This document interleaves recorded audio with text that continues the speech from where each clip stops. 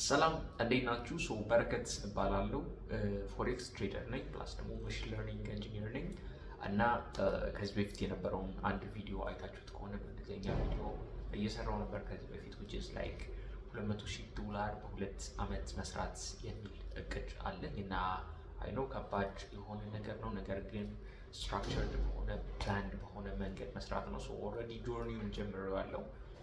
የሆነ ሰዓት ላይ ፖስት ማድረግ ምናምን አቁሜ ነው በሌላ ቻናል ፖስት እያደረኩ ነበር እና ምንድነው ጆርኒ የሚሆነው ይህንን መኒ መስራት ነው እና ይህንን መኒ ደግሞ ለመስራት የሚከተላቸው ፓዞች አሉ።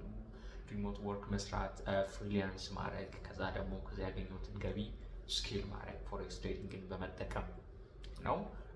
ቲክቶክ ላይም እንደዚሁ ቪዲዮዎችን እሰራለሁ። ያጋጠሙኝን ዊኖችን ብዙዎችን ኤቭሪቲንግ ዶክመንት እያደረኩ ሄዳለሁ ማለት ነው። ኢትስ ጎና ቢ ኢንተረስቲንግ ጆርኒ ነው።